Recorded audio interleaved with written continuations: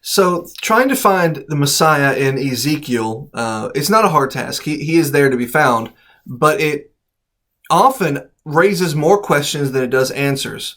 And what I mean by that is you can read about it and you can make the connection. You can say, okay, this is clearly speaking of the Messiah to come. And so that connection is made, but then you might double back and think, but what exactly is going on here? Because I'm not quite clear on it. Isaiah's predictions and prophecies of the coming Messiah are, in my opinion, much easier to decipher, easier to grasp, and get my head around. Ezekiel's are much more coded in vivid imagery. And so it can be harder to nail down the specifics. It's similar to Revelation in that regard, where I have a good grasp, I think, of the big picture of Revelation and even the medium picture. It's just the small pictures that I sometimes struggle with figuring out, what exactly is John seeing and writing about here? So Ezekiel's kind of like that too. But as I say, you can still identify messianic text in the book of Ezekiel. For example, in the very beginning of the book, Ezekiel 1:28, it is very similar to Isaiah chapter 6 in that the prophet receives his commission to go preach from a vision of God in heaven. And whom does he see but the Messiah, who is the eternal one, who will come later in the form of a man in the body of Jesus, but here he is seen in his pre-incarnate state. He is seen as his heavenly, divine, throne-sitting state. As Ezekiel 1:28 is the reference, and Ezekiel writes, "As the appearance of the bow in the clouds," the rainbow, "in the day of rain, so was the appearance of the brightness round about. This was the appearance and the likeness of the glory of Jehovah.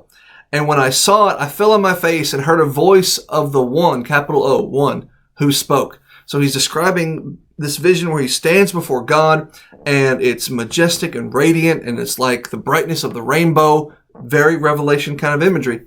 And he says it was bright everywhere, and I saw the appearance of Jehovah. Now, a common mistake people make is when they hear Jehovah, they think Father, and they distinguish Jehovah from the Son of God. Jehovah's the Father, and Jesus is the Son, and therefore Jesus is not Jehovah. But that's not entirely accurate. Sometimes you can get that connection, but often it is the case in the Old Testament where the Messiah is described as Jehovah in order to double down on the fact that the Messiah is himself God. The nature of the Trinity, the triune Godhead, Father, Son, Spirit, three in one, that was hardly explored. You'll find a few references, but not really explored in the Old Testament. The prophets tended to just think of God as God. Simple as that. But still, he describes going and standing before, or falling on his face, in fact, he says, before the presence of the Lord, and he heard the voice of him. So there's your first messianic reference to Jesus. Probably the most famous text in Ezekiel is from chapter 37, where you have the famous Valley of Dry Bones, which predicted the people's return from captivity. Again, the details, the particulars of the imagery, I can't quite wrap my head around. Not even the least of which is just why. Why is this the picture? Why is this what Ezekiel encountered? But nevertheless, you can still identify it as messianic, because in the midst of that, the prophet says after they return from exile, David would again reign as king over them and be a shepherd unto them. That's Ezekiel 37:24. So obviously David is long dead. He's not coming back. Peter says that in his Acts 2 sermon. His sepulchre is still with us, and you can dig up his bones. So who is this David, in quotation marks, that Ezekiel predicts? Well, it must be the Messiah. He would come in the form of David, a king. Who would come from the lineage of David. He would come and he would be the shepherd to the people and dwell with them forever. Ezekiel 37:25. So that's obviously, I think, a messianic text. And it makes perfect sense in the context, because he's writing about coming out of exile. And the one thing the prophets did repeatedly was they connected the leaving exile with the coming of the messianic era, the dawn of the Messiah's age.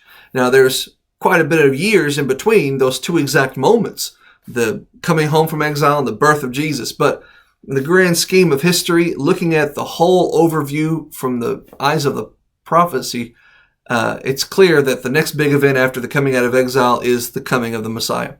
And so it makes sense Ezekiel would connect them.